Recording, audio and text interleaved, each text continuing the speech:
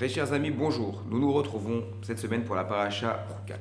Dans la paracha Roukat, on va parler de plusieurs sujets très importants, dont le sujet de la mort de Aaron à Cohen, la mort de Aaron, le Cohen Gadol. Et donc, on décrit ainsi dans les versets de la Torah, Hachem parle à Moshe Rabbeinu, il lui dit « Car et Aaron, prends Aaron, vet Elazar beno, et Elazar son fils. » Ve'al otam or et monte-les tous les deux vers la montagne.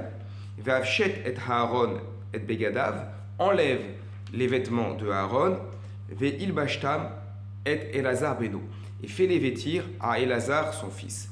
Ve'Aaron yasef ou metcham, et Aaron sera rassemblé là-bas, c'est-à-dire avec ses pères, et il mourra là-bas. La Gemara, dans le traité Moed Katan, la page 28, pose la question suivante, au nom de Rabbi Elazar. Pourquoi sont juxtaposés la mort de Aaron avec les vêtements? C'est-à-dire, n'aurait-on pas pu directement parler de la mort de Aaron à Cohen et quelques temps plus tard parler de la succession avec Elazar qui reprend les vêtements de son père? Mais nous dit la Gemara, cela vient nous apprendre quelque chose d'important. De la même manière que les habits du Cohen Gadol peuvent apporter la kapara, c'est-à-dire l'expiation des fautes pour les Bnei Israël, c'est-à-dire, on le voit à Yom Kippour, le Cohen Gadol changeait régulièrement d'habit, il rentrait dans le Saint des Saints, le Kodesh à Kodashim, puis il ressortait. Tout cela est décrit longuement dans la prière du Moussaf, de Yom Kippour, de la Voda du Cohen Gadol, et c'était notamment par l'intermédiaire de ces vêtements que la kapara était apportée, la expiation était apportée au Bnei Israël. Et donc quel rapport avec la mort de Aaron à Cohen? C'est que Aaron à Cohen est considéré comme un tzaddik. Or, nous avons un principe dans notre tradition qui est rapporté à plusieurs reprises dans le Talmud, dans les Midrashim. La mort du tzaddik apporte la kapara. La mort du tzaddik apporte l'expiation sur les Bnei Israël. Comment cela est-il possible? Le Rav Baruch Epstein dans le Torah Temima propose d'expliquer cela d'une manière très rationnelle, sans rien y voir de magique. Mais à partir du moment où le tzaddik meurt, alors cela va éveiller les consciences.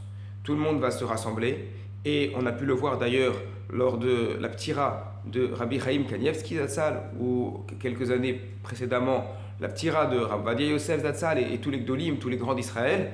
Beaucoup de juifs se rassemblent, qu'ils soient pratiquants, qu'ils ne soient pas pratiquants, qu'ils étudient au kollel, qu'ils travaillent.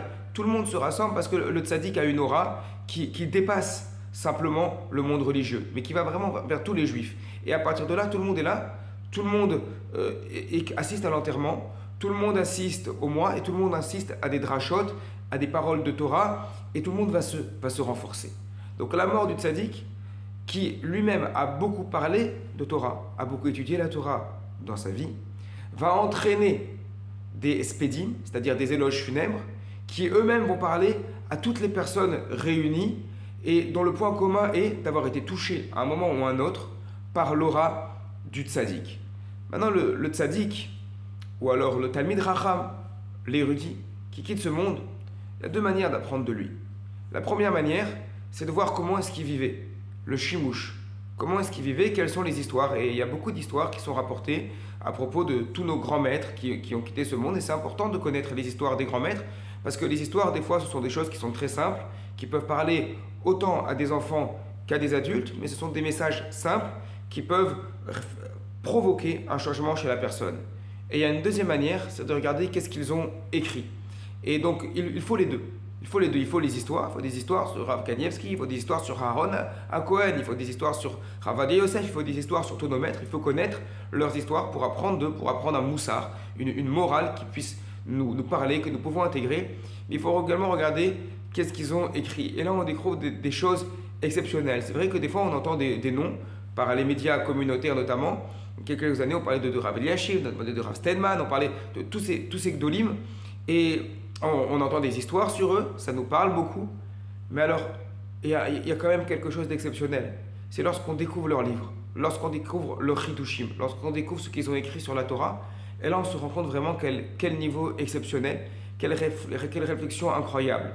Et c'est ça la vie du tzaddik. C'est à la fois des maasim, à la fois un comportement qui est exemplaire, et dont nous allons nous inspirer, et en même temps des propos de Torah extrêmement percutants. Et nous, en tant que juifs, qui apprenons, qui buvons à la source de notre tzadikim, eh bien nous devons nous baser sur cela. Nous devons apprendre d'eux écouter ces histoires, nous en imprégner et en même temps étudier ce qu'ils ont écrit. C'est peut-être le plus grand kavod qu'on peut leur rendre. Shabbat Shalom à toutes et à tous.